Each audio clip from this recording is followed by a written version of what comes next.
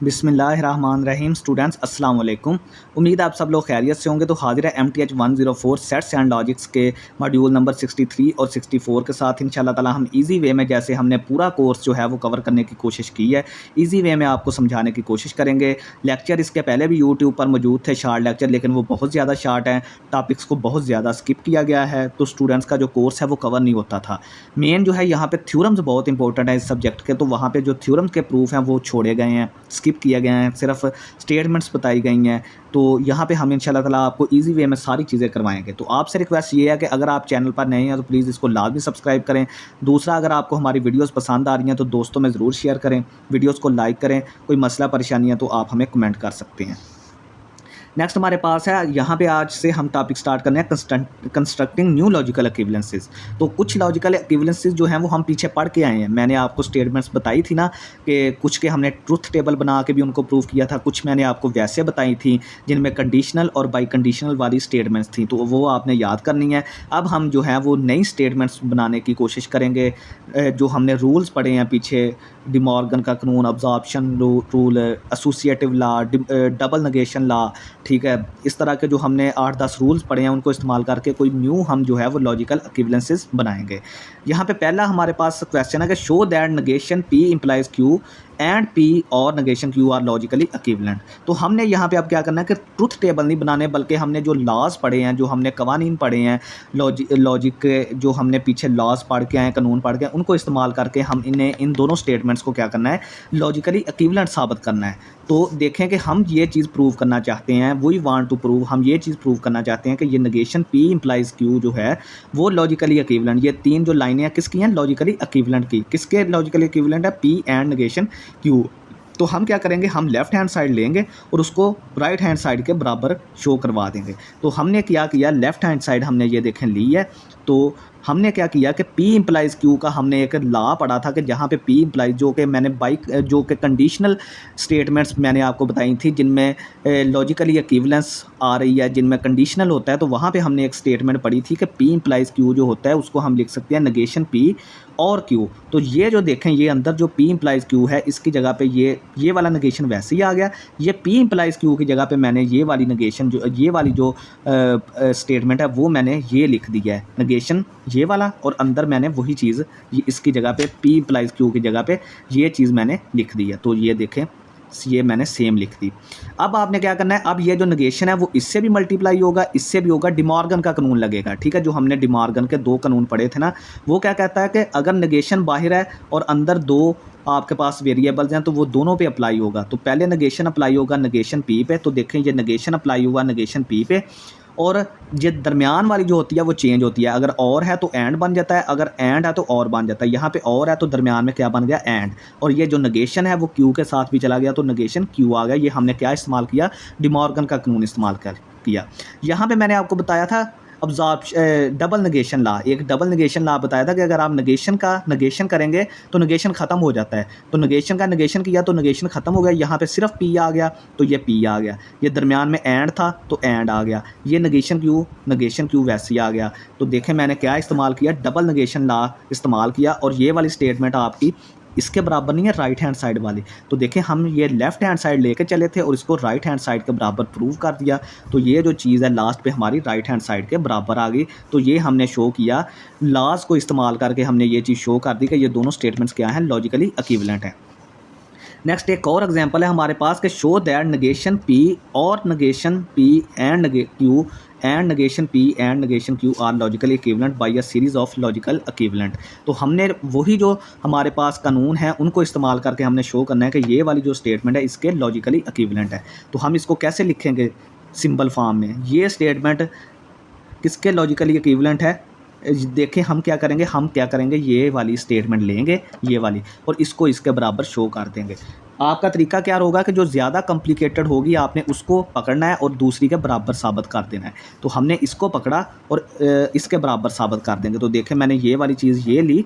सबसे पहले हम क्या करेंगे, सबसे बाहर नेगेशन है तो अंदर क्या होगा, डी मॉर्गन का लॉ अप्लाई होगा। नेगेशन क्या करेगी, P पे भी चली जाएगी तो नेगेशन P आ गया। ये जो दरमियान वाली सिंबल है ये और है, तो नेगेशन की वजह से क्या हो जाएगी, दरमियान में एंड हो जाएगा।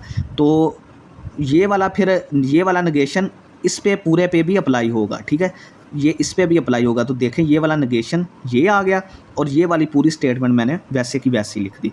ये आपने याद रखना है कि ये पी और क्यू है, यानी यहाँ पे पी, यहाँ पे तो सिंगल वेरिएबल है ना, लेकिन यहाँ पे देखें थोड़ी सी कॉम्प्लिकेटेड है। तो आपने इसको पूरी की पूरी को एक ही समझना है, ठीक है, आपने इस पूरी को एक ही स्टेटमेंट समझना है। तो देखें पी इस नेगेशन का पी के साथ भी तल्लक बन जाएगा और दरमियान वाली सिंबल ये वाली चेंज होगी और ये जो नेगेशन है इस पूरी सिंबल के साथ भी चला जाएगा। तो देखें ये मैंने नेगेशन पी किया, दरमियान में चेंज कर दिया और ये वाला नेगेशन बाहर वाला इस पूरी स्टेटमेंट के साथ भी चला गया। तो मैंने डी मॉर्गन का लॉ अप्लाई किया। अब ये वाला नेगेशन पी आप वैसे रहने दें, ये एंड भी वैसे रहने दें। अब ये जो नेगेशन है ये अंदर अप्लाई करें डी मॉर्गन के लॉ से, ठीक है, जिस तरह आपने यहाँ पे दोनों पे अप्लाई किया था ना। अब ये सिंगल जो ये वाली स्टेटमेंट है इस पे डी मॉर्गन लॉ अप्लाई करें। तो देखें ये नेगेशन पहली स्टेटमेंट के साथ भी चला जाएगा, नेगेशन पी के साथ। तो ये नेगेशन ये वाला इसके साथ, तो नेगेशन पी आ गया। दरमियान में एंड है तो चेंज हो के आर हो जाएगा, तो ये नेगेशन जो क्यू के साथ भी चला जाएगा। तो देखें मैंने again De Morgan law apply किया। नेक्स्ट हमारे पास है ये नेगेशन पी जो है ये वैसे ही आ गया, ये वाला एंड भी वैसे ही आ गया। Double negation law, double negation law क्या करता है, नेगेशन को ख़त्म करके पी आ गया। ये वाला और जो है वैसे ही आ गया और नेगेशन क्यू वैसे ही आ गया बाय डबल नेगेशन लॉ, ये मैंने आपको बता दिया, ठीक है। अब आपने क्या करना है, डिस्ट्रीब्यूटिव लॉ अप्लाई करना है। डिस्ट्रीब्यूटिव लॉ क्या कहता है कि ये वाली चीज़ जो है वो इसके साथ भी जाएगी, डिस्ट्रीब्यूट होगी ये वाली चीज़। तो देखें नेगेशन पी डिस्ट्रीब्यूट हुआ पी के साथ, तो नेगेशन पी और ये वाली सिंबल दरमियान में आ गई और पी के साथ मिल गया। अब आपने ये वाला नेगेशन पी नेगेशन क्यू के साथ भी मिलाना है, क्योंकि ये पी जो है नेगेशन पी इस पर भी डिस्ट्रीब्यूट होगा और इस पर भी होगा। तो देखें नेगेशन पी नेगेशन क्यू के साथ भी हो गया और दरमियान में सिंबल यहाँ पे ये आएगी और ये जो सेंटर में दोनों की आएगी वो इसमें जो सेंटर में है ये वाली वो आएगी, ठीक है। जो मैंने डिस्ट्रीब्यूटिव लॉ दो आपको बताए थे ये हमने वो अप्लाई किए हैं। नेक्स्ट मैंने आपको एक लॉ बताया था कि अगर आप नेगेशन पी करें पी के साथ, तो देखें एंड जो होता है कंजंक्शन, कंजंक्शन कब ट्रू होता है, जब दोनों ट्रू हो, ठीक है। तो अगर फ़र्ज़ करें आपका नेगेशन पी ट्रू है तो ये फ़ाल्स हो जाएगा, अगर ये फ़ाल्स है तो ये ट्रू हो जाएगा, यानी एक फ़ाल्स है एक ट्रू है। तो इनका जो कंजंक्शन होगा वो तो फाल्स रहेगा, क्योंकि ये दोनों भी कभी एट अ टाइम ट्रू नहीं होंगे, क्योंकि एक की नेगेशन है एक वैसे है, एक अगर ट्रू है तो दूसरा फाल्स बनेगा, ठीक है। तो ये फाल्स इसका आंसर, जब एक ट्रू एक फाल्स होगा तो उसका एंड करेंगे तो फाल्स मिलेगा। ये वाली सारी चीज़ हमने वैसी लिख दी। अब किसी भी चीज़ का किसी भी स्टेटमेंट का आप और करें एफ़ के साथ तो आपको वही चीज़ मिल जाती है, ठीक है। आइडेंटिटी लॉ इसको बोलते हैं, यानी कि अगर आप किसी भी स्टेटमेंट का और करें एफ़ के साथ तो आपको वही स्टेटमेंट वापस मिल जाती है। तो देखें हम ये एक स्टेटमेंट लेकर चले थे और हमने ये लास्ट पे ये वाली चीज़ जो है वो हमने इसके बराबर साबित कर दी, ये चीज़ लेके चले थे और ये चीज़ साबित कर दी। तो ये दोनों स्टेटमेंट जो हैं वो आपस में लॉजिकली इक्विवेलेंट है। नेक्स्ट हमारे पास है कि show that P and Q implies P R Q is the tautology. तो हमने क्या करना है, हमने इन दोनों को देख के बताना है कि ये क्या ये टोटोलॉजी है या नहीं है। तो देखें सबसे पहले हमने क्या करना है कि ये स्टेटमेंट हमने पूरी लिखी, ये लॉजिकली इक्विवेलेंट किसके है, ये लॉजिकली इक्विवेलेंट है इस चीज़ के, negation P and Q implies P और क्यू, ठीक हो गया। ये हम पीछे एक पढ़ के आए हैं, जो हमने पढ़ी है ना पीछे कंडीशनल के जो लॉज पढ़े हैं वो हम उसमें ये जो है वो पढ़ के आए हैं, ठीक है। कि ये चीज़ जो पूरी है वो इसके लॉजिकली इक्विवेलेंट होती है, क्योंकि देखें जब P इम्प्लाइज Q होता है तो उसको हम क्या लिख सकते हैं, जब भी P इम्प्लाइज Q हो तो उसको हम लिख सकते हैं नेगेशन P और Q, नेगेशन P और Q। तो यहाँ पे देखें P की जगह पे एक पूरी स्टेटमेंट है, Q की जगह पे एक पूरी स्टेटमेंट है, तो इसको आपने P समझना है और इसको Q समझना है और इस पर ये चीज़ अप्लाई करें। तो पहले पे आपने P इम्प्लाइज Q पे पहली की आपने क्या करनी है नेगेशन, तो ये वाली चीज़ की हमने क्या कर दी, इसके साथ क्या लगा दिया नेगेशन, दरमियान में ये वाला क्या आएगा और दूसरी क्यू, ये वाली स्टेटमेंट को आपने वैसे लिख देना है। तो ये देखें ये वाली स्टेटमेंट हमने वैसे लिख दी। देखिए हमने ये P इम्प्लाइज Q को हम इस तरह लिख सकते हैं, ये हम पीछे पढ़ के आए हैं। सिर्फ हमने क्या किया कि इस पूरी स्टेटमेंट को P बोला, इसको R Q बोला, तो P इम्प्लाइज Q, तो उसकी जगह पर हमने नेगेशन P और Q आ गया, नेगेशन P और Q आ गया। अब देखें यहाँ पे आपने डी मॉर्गन का कानून अप्लाई करना है, तो ये नेगेशन इस पे P पे भी चला जाएगा और चेंज हो जाएगा एंड और में और Q पे भी चला जाएगा और ये वाली चीज़ वैसे ही आ जाएगी। अब आपने एसोसिएटिव लॉ और कम्यूटेटिव लॉ इस्तेमाल करना है। तो देखें यहाँ पे आप क्या करें कि ये वाला नेगेशन P जो है वो आपने कंबाइन कर देना है इसके साथ, ठीक है। आपने क्या करना है कि जो P वाली टर्म्स हैं उनको इकट्ठा कर देना और Q वाली टर्म्स को अलहदा कर देना है। तो देखें P ये वाला पी है और नेगेशन पी, इनको आप नेगेशन पी और पी को इकट्ठा करें और दरमियान में तो सारी जगह पे ये वाला सिंबल है तो दरमियान में वही सिंबल आ जाएगा, यहाँ पे भी वही सिंबल आ जाएगा। फिर नेगेशन क्यू और क्यू को इकट्ठा करके आपने क्या कर देना है, ब्रैकेट्स में बंद कर देना है, दरमियान में वही सिंबल रहेगा। तो देखें ये हम पढ़ के आए हैं कि नेगेशन पी का आप डिस्जंक्शन करें पी के साथ तो टोटालॉजी मिलता है, नेगेशन क्यू का आप डिस्जंक्शन करें क्यू के साथ तो टोटालॉजी मिलता है। और टोटालॉजी और टी का आपको अगर आप करें डिस्जंक्शन तो आपको ट्रू वैल्यू ही मिलेगी, डोमिनेशन लॉ इस्तेमाल किया हमने, ठीक है। तो ये हम पीछे पढ़ के आए हैं सारी, ये आपने याद रखनी है कि इस चीज़ की जगह पे हम टी लिख सकते हैं और इस जगह पे भी हम टी लिख सकते हैं, दरमियान में और है तो इनकी जब और करेंगे तो टी ही आएगा। नेक्स्ट हमारे पास है show that negation of P implies Q and P और क्यू इज़ द टोटालॉजी। तो इसको भी ये हमारे पास एक स्टेटमेंट दी गई है कंपाउंड, हम इसको भी टोटालॉजी शो करवाएंगे। तो चलिए स्टार्ट करते हैं। सबसे पहले ये हमने पूरी स्टेटमेंट लिख ली है। ये लॉजिकली इक्विवेलेंट किसके है, ये इस चीज़ के इक्विवेलेंट है कि हम ऐसा करते हैं कि यहाँ पर जो हमारे पास डिस्ट्रीब्यूटिव लॉ है वो हम अप्लाई करेंगे, डिस्ट्रीब्यूटिव लॉ अप्लाई करेंगे, ठीक है। ये नेगेशन वैसे ही आ गया, ये वाला और क्यू वैसे यहाँ पे लिख दिया। ये अंदर हम क्या करने लगे हैं, ये हम डिस्ट्रीब्यूटिव लॉ अप्लाई करने लगे हैं। पी को हम नेगेशन पी के साथ इकट्ठा कर देंगे, दरमियान में एंड आ गया, ये देखें ना यहाँ पे एंड है, तो पी जब इससे ज़रब खाएगा तो दरमियान में एंड आएगा, तो ये चीज़ बनेगी। सेंटर में ये वाली अलामत है तो सेंटर में यही आएगी। जब पी क्यू के साथ खाएगा तो पी क्यू एंड पी आ जाएगा, या पी एंड क्यू, जो आपका दिल करे, पी एंड क्यू या क्यू एंड पी, दोनों ठीक हैं। बाकी सारी चीज़ें हमने वैसे लिख दी, अंदर हमने क्या किया, डिस्ट्रीब्यूटिव लॉ अप्लाई किया। अब देखें यहाँ पे नेगेशन पी का अगर आप एंड करें पी के साथ तो ये आपको फॉल्स स्टेटमेंट देता है। मैंने आपको बताया था ना कि अगर नेगेशन पी है और पी है, दोनों वैल्यूज़ ट्रू हों तो हमें एंड गेट ट्रू देता है। यहाँ पे एक ट्रू हो जाएगी, एक फॉल्स हो जाएगी, तो हमें फॉल्स मिलेगा। ये वाला और वैसे ही आया और ये वाली चीज़ हमने वैसे ही लिख दी, ये और क्यू वैसे ही आ गया, नेगेशन भी वैसे ही आ गई। अब ये नेगेशन एफ पे भी अप्लाई होगी और ये जो और है ये एंड में चेंज हो जाएगा और ये नेगेशन जो है इस पूरे पे भी अप्लाई होगी। तो ये हमने यहाँ पे भी नेगेशन अप्लाई कर दी इस पूरी स्टेटमेंट पे, और ये वाला जो है हमने वैसे ही लिख दिया। अब देखें एफ़ की नेगेशन क्या होती है, ट्रू, और ये बाकी सारी चीज़ें वैसे ही आ गई। बाकी हमने किसी चीज़ को नहीं अभी छेड़ा, ठीक है, बाकी हमने वैसे ही कर दिया। अब क्या होगा, अब ये होगा कि अगर आप टी फाइंड करें किसी भी स्टेटमेंट का अगर आप एंड फाइंड करें टी के साथ, किसी भी स्टेटमेंट का अगर आप एंड फाइंड करें टी के साथ तो आपको वही स्टेटमेंट मिलती है। तो हमने इस स्टेटमेंट का एंड किया था इसके साथ तो हमें वही चीज़ मिल गई, ठीक है। साथ हमने क्या, ये वाला वैसे ही लिख दिया। अब आपने क्या करना है, ये नेगेशन जो है क्यू पे भी डिमॉर्गन लॉ लगाएं, नेगेशन क्यू के साथ भी आएगा, ये दरमियान में एंड जो है वो आर्फ हो जाएगा, पी के साथ भी आएगा, तो ये नेगेशन पी आ गया, ये वाली चीज़ वैसे ही आ गई।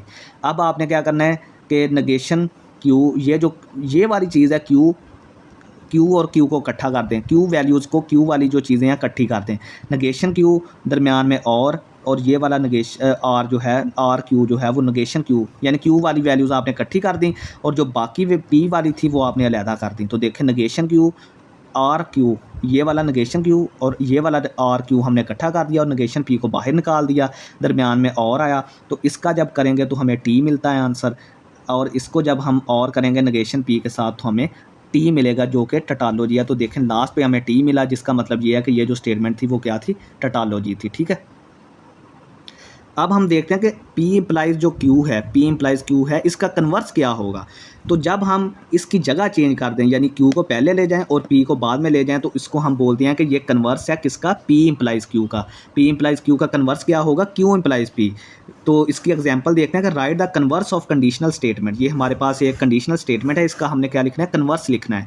तो स्टेटमेंट क्या है कि the home team wins whenever it is raining. तो देखें इसमें क्या है, Q whenever P, if P then Q, ठीक है, इफ़ P देन Q। तो यहाँ पे क्या होगा कि if it is raining then the home team wins, if the home team wins then it is raining, ठीक है, if the home team wins then it is raining, ठीक है। देखें यहाँ पे the home team wins whenever it is raining. तो देखें Q whenever P, मैंने आपको बताया था ना कि कंडीशनल स्टेटमेंट की एक फॉर्म ये भी होती है कि उसको हम इस तरह लिख सकते हैं कि Q whenever P, Q तब होगा जब P होगा, ठीक है। तो देखें the home team wins whenever it is raining, जो घर की टीम है वो तब जीतती है जब बारिश होती है, ठीक है। तो इसका मतलब ये है कि ये जो पूरी स्टेटमेंट थी इसको हम कैसे लिख सकते हैं, ये फिर पहली स्टेटमेंट होम टीम विन्स, इसको हम क्यू बोलते हैं, दरमियान में व्हेन एवर है, फिर पी आता है, तो क्यू व्हेन एवर पी। तो इसका मतलब ये है कि इफ़ पी देन क्यू, इसका मतलब ये है कि अगर बारिश होती है तो फिर घरेलू टीम जीतती है। इसको हम दो तरीक़ों से लिख सकते हैं, ठीक है। क्यू व्हेन एवर पी भी लिख सकते हैं, इफ़ पी देन क्यू, यानी कि अगर बारिश होती है तो घरेलू टीम जीत जाती है। तो क्यू व्हेन एवर पी, जब भी घरेलू टीम तब जीतती है जब बारिश होती है। तो ये लिखने के दोनों तरीके हैं, इम्प्लीकेशन को या इसको हम क्या बोलते हैं, कंडीशनल स्टेटमेंट को, ये लिखने के दो तरीके हैं। तो इसको अगर हम सीधा करके लिखें कि इफ़ इट इज़ रेनिंग, आपने क्या करना है कि जो भी स्टेटमेंट आपको दी होगी उसको आपने कोशिश करना है कि लेके जाना है इफ़ पी देन क्यू में, ठीक है। तो देखें आपको जो स्टेटमेंट दी गई थी वो क्यू व्हेन एवर पी में दी थी, क्यू व्हेन एवर पी, यानी जो पहली स्टेटमेंट थी वो क्यू थी, फिर बाद में पी आ रही। तो आपने क्या करना है, इसको चेंज करना है इफ़ पी देन क्यू में। तो इफ़ पहले आ गया, पी स्टेटमेंट क्या थी, it is raining, if it is raining then Q then the home team wins. तो हमने इसको चेंज करके लिखा। अब आपने क्या करना है, इसका कन्वर्स फाइंड करना है। कन्वर्स कैसे फाइंड करना है कि दोनों की जो है वो चेंज कर देनी है, कि क्यू के साथ इफ़ लगा देना है, if the home team wins then it is raining, यानी इसका कन्वर्स क्या होगा, क्यू इम्प्लाइज पी था ना, यानी कि क्यू पहले आ जाएगा, पी बाद में आ जाएगा। इफ़ क्यू देन पी, ठीक है। कन्वर्स इसका ये बनता है इफ़ क्यू देन पी। तो इफ़ क्यू क्या है, if the home team wins then it is raining, तो ये कन्वर्स बन गया। अब इसका हम कंट्रापोजिटिव देखते हैं। कंट्रापोजिटिव में क्या होता है कि आपने दोनों का नेगेशन भी करना है और दोनों की जगह भी चेंज करनी है। क्यू को पहले लेके आना है और साथ नेगेशन करनी है, पी को बाद में लेके जाना है और साथ नेगेशन करनी है। ये क्या कहलाता है, ये कंट्रापोजिटिव कहलाता है, पी इंप्लाइज क्यू का। We will show contrapositive negation Q implies negation P of a conditional statement P implies Q always has the same truth value as P implies Q. तो हम इसको ये चीज़ शो कर सकते हैं कि पी इंप्लाइज क्यू की जो वैल्यू होती है वही उसके कंट्रापोजिटिव की भी होती है, यानी पी इंप्लाइज क्यू और उसका कंट्रापोजिटिव जो होते हैं वो आपस में लॉजिकली इक्विवेलेंट होती है। ये हम ट्रूथ टेबल से रिप्रेजेंट कर सकते हैं। आपने क्या करना है, पी और क्यू लेना है, पी और क्यू लें और साथ आपने नेगेशन क्यू करनी है, नेगेशन पी करनी है। ये दो column negation P negation Q के, फिर पी इंप्लाइज क्यू फाइंड करें, फिर आप उसका कंट्रापोजिटिव फाइंड करें। तो ये देखें दोनों की ट्रूथ वैल्यूज़ क्या हैं, सेम आ रही हैं। तो इसका मतलब ये है कि ये दोनों आपस में लॉजिकली इक्विवेलेंट है, यानी कि कोई भी कंडीशनल स्टेटमेंट और उसका कंट्रापोजिटिव जो होते हैं वो आपस में क्या होते हैं, लॉजिकली इक्विवेलेंट होते हैं। Contrapositive of the home team wins whenever it is raining, ठीक है। तो if the home team does not win then it is not raining, ठीक है। तो देखें ये जो लास्ट पे हम यहाँ पे पढ़ के आए हैं, if it is raining then the home team wins, तो इसका कंट्रापोजिटिव क्या होगा, इसका कंट्रापोजिटिव ये होगा कि आप ये वाली स्टेटमेंट को पहले ले जाएं, क्योंकि आपने क्यू को पहले लेके जाना है, साथ उसकी नेगेशन भी करनी है। तो क्या होगा कि ये पहले चली जाएगी, पहली गई तो पहली जगह पे गई, तो ये बनेगा if the home team does not win, क्योंकि आपने नेगेशन भी करनी है तो डज नॉट भी आएगा। If the home team does not win then it is not raining, then it is not raining. और दूसरी ये वाली जो है बाद में लेके जाएं और इसकी नेगेशन भी करनी है इस स्टेटमेंट की, ठीक है। तो देखें यहाँ पे मैंने बनाया कि if the home team does not win then it is not raining, तो ये क्या है, कंट्रापोजिटिव है उस स्टेटमेंट का। अब हम देखते हैं inverse of P implies Q. तो देखें इनवर्स में आपने क्या करना है, सिंपल यहाँ पे पी का भी नेगेशन कर देना और क्यू का भी नेगेशन कर देना, जगह नहीं चेंज करनी। इस called the converse of P implies Q, converse and inverse of this statement is also equivalent. तो देखें अगर ट्रूथ टेबल बनाएं आप पी इंप्लाइज क्यू का और उसके इनवर्स का, तो दोनों क्या होंगी, लॉजिकली इक्विवेलेंट होगी। ये मैं आप पे छोड़ रहा हूँ, आपने इसको, ये मैंने ट्रूथ टेबल बना दिया, आपने अपने हाथ से क्या करना है, पी और क्यू वाले टेबल बनाएं, नेगेशन पी का बनाएं, नेगेशन क्यू का बनाएं, फिर नेगेशन पी और नेगेशन क्यू की इम्प्लीकेशन फाइंड करें ये वाली, और फिर क्या करना है आपने, क्यू इम्प्लाइज पी, ठीक है, क्यू इम्प्लाइज पी, ठीक है। सॉरी मैं यहाँ पे थोड़ा सा गलत बोल गया कि किसी स्टेटमेंट की जो कन्वर्स है और इन्वर्स, कन्वर्स और इन्वर्स जो है वो लॉजिकली इक्विवेलेंट होते हैं। कन्वर्स हम पीछे पढ़ के हैं, कन्वर्स को कैसे लिखते हैं, Q implies P.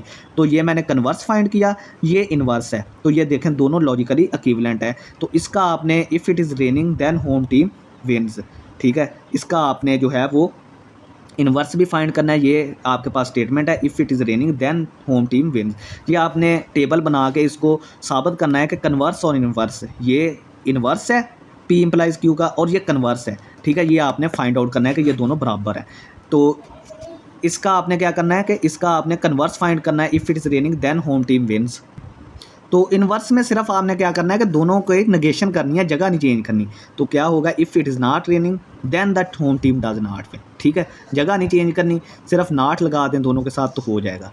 State the converse, Contra positive and inverse. तो आपके पास ये एक स्टेटमेंट है, इसका आपने कन्वर्स, कॉन्ट्रा पॉजिटिव, इनवर्स सारी चीज़ें फाइंड करनी है। स्टेटमेंट क्या है कि a positive integer is a prime only if it has no divisor other than one and itself. इसका क्या मतलब है कि एक पॉजिटिव इंटीजर जो है वो इंटीजर कब होता है, जब उसके अलावा और वन के अलावा उसका कोई भी डिवाइज़र ना हो। तो ये जो स्टेटमेंट है हमने क्या करना है, इसका कन्वर्स, कॉन्ट्रा पॉजिटिव और इनवर्स फाइंड करना है। तो इसको हम थोड़ा सा सीधा करके लिखते हैं।